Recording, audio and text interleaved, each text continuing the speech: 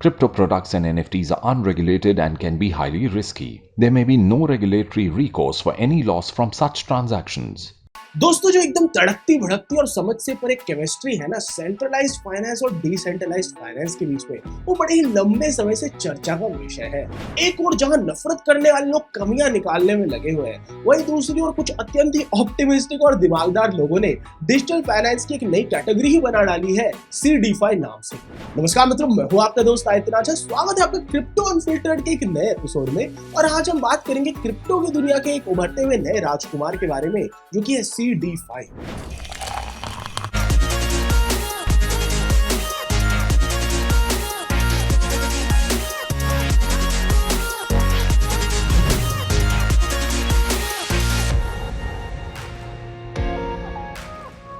सरल शब्दों में अगर कहा जाए तो CDFI एक ऐसा बाय प्रोडक्ट है जो कि प्राप्त होता है प्राचीन सेंट्रलाइज्ड फाइनेंस के कुछ कणों को डिसेंट्रलाइज्ड फाइनेंस के कुछ प्रिंसिपल्स के साथ जोड़ने पर। CDFI टर्म का शुरुआती तौर पर प्रयोग किया था बाइनेंस के CEO चैंगफेंग सीजेड ज़ाओ ने, जब उन्होंने सितंबर 2020 में बाइनेंस स्मार्ट चेन अनाउंस की थी। कई निवेशक ऐसे हैं जो कि DeFi के कुछ एलिमेंट्स को अपनाना जरूर चाहते हैं पर प्रतिकूल परिस्थितियों से डरते हैं। ऐसे निवेशक CDFI को बड़े ही प्रेम से अपना सकते हैं एक सुरक्षित अनुभव के लिए।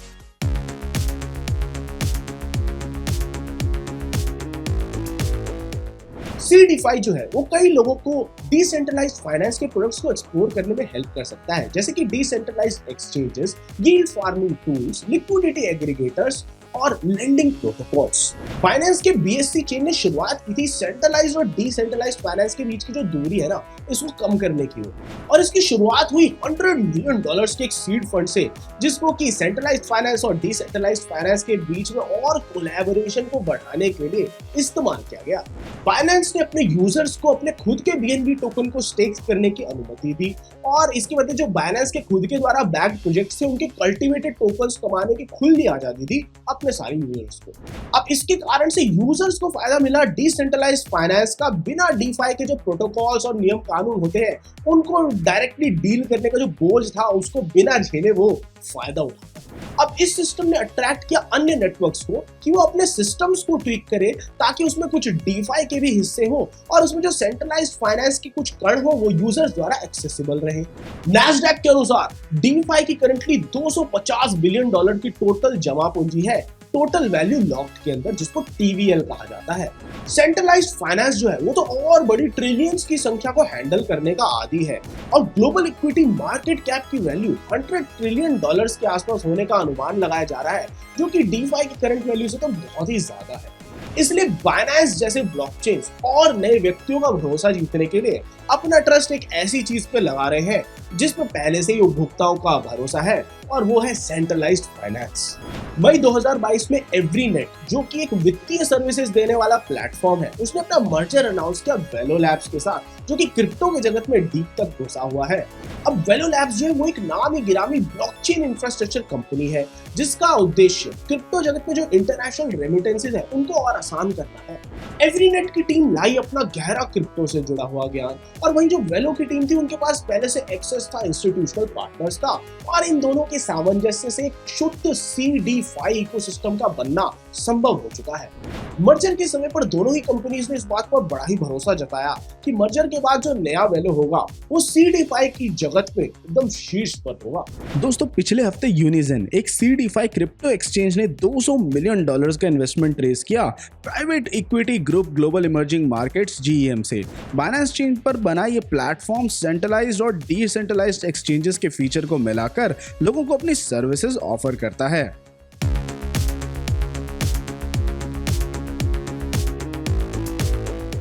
अब आइए देखते हैं और क्या क्या महत्वपूर्ण घटनाएं हुई क्रिप्टो के जगत में पिछले कुछ दिनों में। Web3 के जगत में होने वाली सबसे महत्वपूर्ण घटनाओं में से एक ये हुआ कि सोलाना लैब्स ने अपना एक क्रिप्टो सेंट्रिक स्मार्टफोन अनाउंस किया जिसका नाम सागा होगा।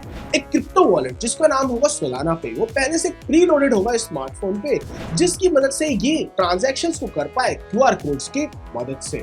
एक सीड वॉल्ट भी इस फोन में होगा ताकि वो सुरक्षित रूप से स्टोर कर सके सारी प्राइवेट कीज को जो कि इस एंड्रॉइड स्मार्टफोन पे स्टोर होंगी। यह फोन लोडेड आएगा एक प्रो वेब3 डिसेंट्रलाइज्ड ऐप स्टोर से जिसमें काफी सारे डी एप्स होंगे। चाइना का क्रिप्टो के खिलाफ जो क्रैकडाउन चल रहा है वो एक नई ऊंचाई पे पहुंचा जब उन्होंने अपने व्हाट्सएप जैसे ही ऐप जो वीचैट है उनके पास उस पे क्रिप्टो संबंधी जितने भी अकाउंट थे उनको बैन करना शुरू कर दिया है। यहाँ भारत में कॉइन DCX, वजीरेक्स और coin switch Kuber 3 crypto exchanges को इंडिया के financial watchdog directorate of enforcement ED ने समन किया है। इन एक्सचेंजेस पर मनी लॉन्ड्रिंग और फॉरेन एक्सचेंज लॉज के वायलेशन केसेस को प्रोब किया जाएगा। दोस्तों, इंडिया में क्रिप्टो इन्वेस्टर्स ने अपनी गतिविधियां थोड़ी सी कम कर दी हैं जब से 1% TDS रूल इन्फोर्स किया गया है।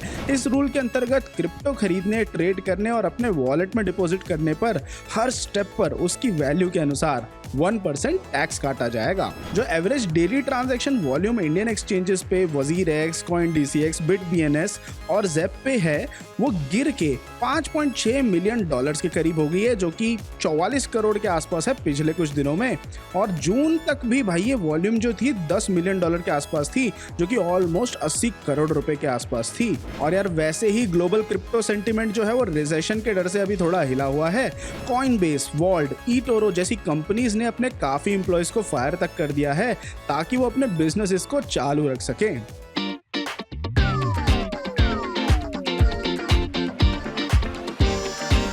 दोस्तों, इस हफ्ते भी पिछले हफ्ते की तरह global crypto market cap $1 trillion के नीचे रहा, $910 बिलियन के करीब। बिटकॉइन की वैल्यू $20,000 के आसपास रही जो कि 16 लाख के आसपास होती है और ईथर का प्राइस $1100 के आसपास रहा जो कि 90,000 रुपए के आसपास है। स्टेबल कॉइन्स जैसे कि बाइनेंस USD कॉइन और टेथर उन्होंने कॉन्स्टेंटली उतार चढ़ाव देखे और वहीं डोज और शीब ने भी सिर्फ लॉसेस ही दिखाए।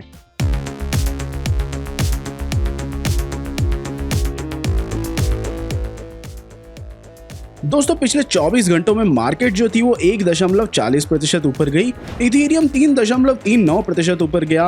एल्गोरैंड भी 1.73% ऊपर गया। बिटकॉइन ने भी 1.82% की बढ़त देखी और ऐसे ही शिबा इनू ने भी 1.45% की बढ़त देखी। थोड़ी थोड़ी बढ़त सोलाना ने भी देखी 2.59% की। सबसे ज्यादा लूज किया न्यूमरेयर ने 3.92%। कर्व डाउ टोकन ने 2.85%। दोस्तों, अगर आप शुरुआत करना चाहते हैं अपने क्रिप्टो के सफर की, जानना चाहते हैं क्रिप्टो के बारे में थोड़ा और, या फिर आप ट्रेड करना चाहते हैं क्रिप्टो में, तो आज ही डाउनलोड कीजिए कॉइन स्विच ऐप को जिसका लिंक दे रखा है नीचे डिस्क्रिप्शन में। तो दोस्तों, इस एपिसोड के लिए इतना ही। आशा करता हूं आपको सब कुछ समझ में आया होगा। आपको कुछ भी जानना है तो अपने डाउट्स को छोड़ जाइए नीचे कमेंट सेक्शन में और मैं आपसे मिलता हूं अगले एपिसोड में। Crypto products and NFTs are unregulated and can be highly risky. There may be no regulatory recourse for any loss from such transactions.